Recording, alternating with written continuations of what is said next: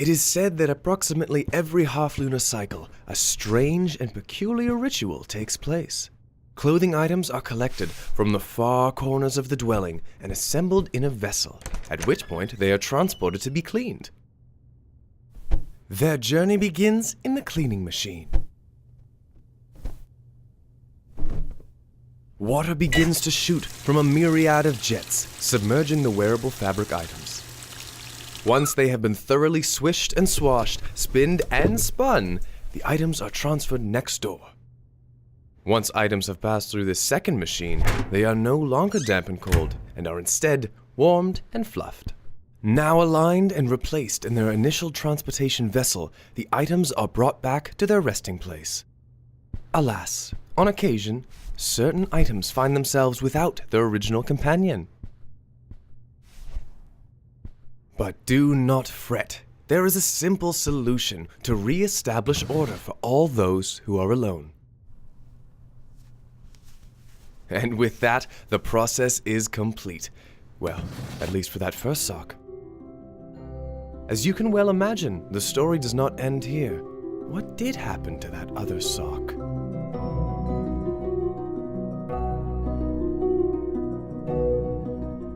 All of a sudden, the sock found itself traveling through the most spirally of spirals, spinning out of control, far away from his home.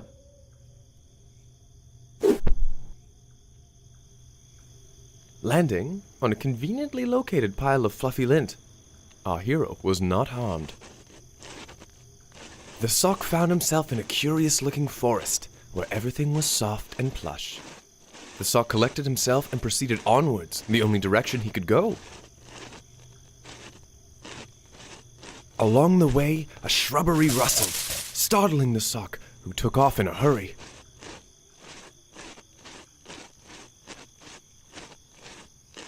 He was lucky indeed. No one was around to see his total embarrassment.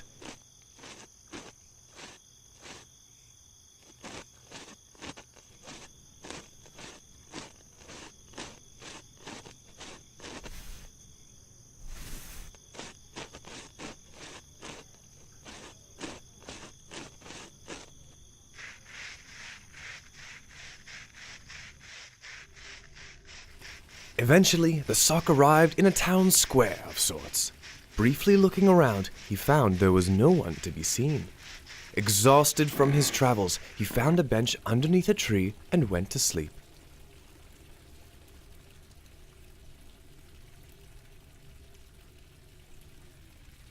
Eventually, the sock awoke, but quickly realized that it was no longer alone. The sock was surrounded by a veritable horde of socks of all shapes, sizes, and colors. Frightened, the sock attempted to back away from the looming crowd, but had nowhere to retreat.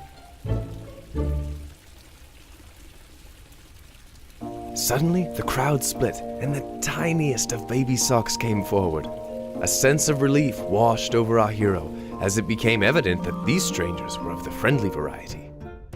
The town socks decided it was best for the mayor to take the newcomer on a tour of their beloved town. First, they passed by houses, tall and narrow. Next, they passed by the local school, where the young school socks frolicked and played. Then, they visited the hospital, where a newly repaired sock emerged with a brightly colored stitch. Ouch. Following this, they passed by the town's theater in the park, where the finest of actor socks put on a thrilling performance. For the last stop of the tour, they approached the grandest building in town. The mayor stopped outside, but ushered the sock to continue on in. Hesitantly, he approached the large, intricate doors. The sock slowly looked up, noticing something distinctly familiar about the building's design.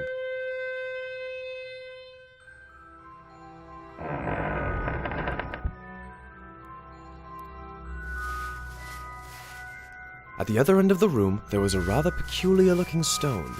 The sock moved closer, not entirely sure what to make of it. All of a sudden, a ragged-looking sock appeared. This strange figure introduced himself as the Elder Sock. He explained that this was the tablet of the legend of the sock, and that the building they were in was the temple of the tablet of the legend of the sock. The elder sock invited the younger one to join him for a story. Long, long ago, a sock just like any other was sucked up by a peculiar vortex and transported to this land. He was the first sock ever to arrive here, landing in the forest. Off in the distance was the strangest of sights, a large gray stone with ancient sock writings. The tablet stated that this place marked where all the lost should gather and live together.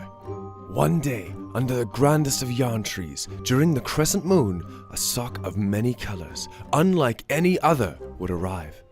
This would be the chosen sock, and it would lead all socks back to their partners and their true homes. The sock settled the land, building himself a small shack in which to reside. As time went on, additional socks arrived from the forest and contributed to a growing population. The socks built house upon house, expanding the settlement far beyond the first few little shacks. Finally, the town was built, and it simply became a matter of time, waiting for the prophecy to be fulfilled. And they waited, and waited, and waited. Our hero was unsure of what to make of that long-winded story and decided he wanted to get some fresh air. As he passed through the doors, he was astonished to see the entirety of the town socks had gathered. The sock looked back towards the temple. And there stood the elder sock, shaking his head in affirmation. The sock finally understood. He was the chosen sock. The crowd parted, and the sock passed by, a million thoughts swirling in his sock brain.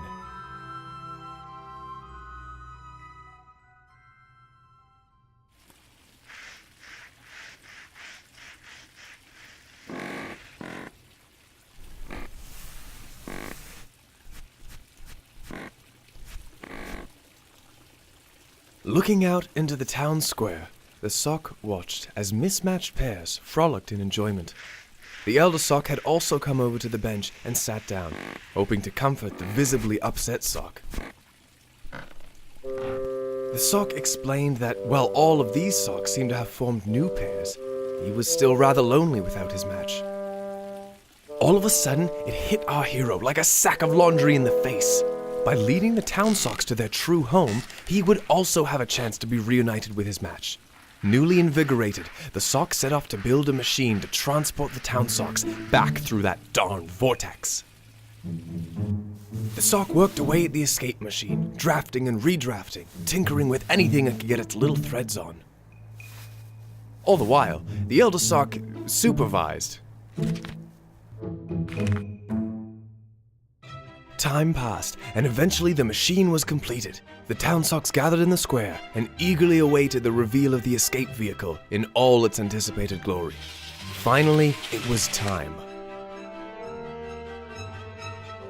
As previously discussed, the town socks would board the machine in small groups, and the chosen sock would fly them up through the vortex and then return for the others, bit by bit.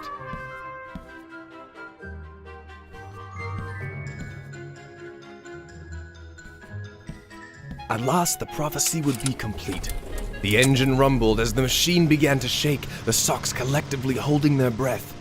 Just then, the baby sock appeared and spoke bluntly, asking if it was in fact necessary for the town socks to leave. Were they not already happy here?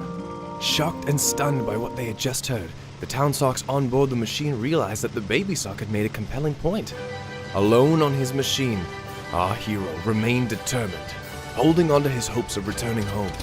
He stood at the helm of the vessel, the escape machine lifting ever so slightly, and then... oh no. Weeks went by, and the sock accepted his fate as a member of the town socks community. The town socks realized that the prophecy had already been fulfilled, and that this town was their true home. No longer needing an archaic shrine, the building that was formerly the temple had been reopened as the community center of the legend of the sock. The elder sock had become a scout leader for the local scout sock troop.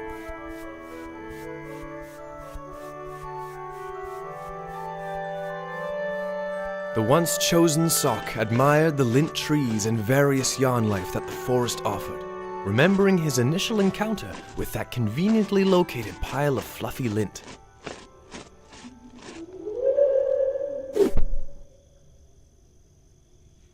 Urgently rushing over with a sense of curiosity, the sock was instantly dumbfounded. Taking it upon himself to exhibit the town's hospitable nature, the sock introduced himself as the two socks walked off together back towards the town. Perhaps this was the sock that he had been waiting for all this time.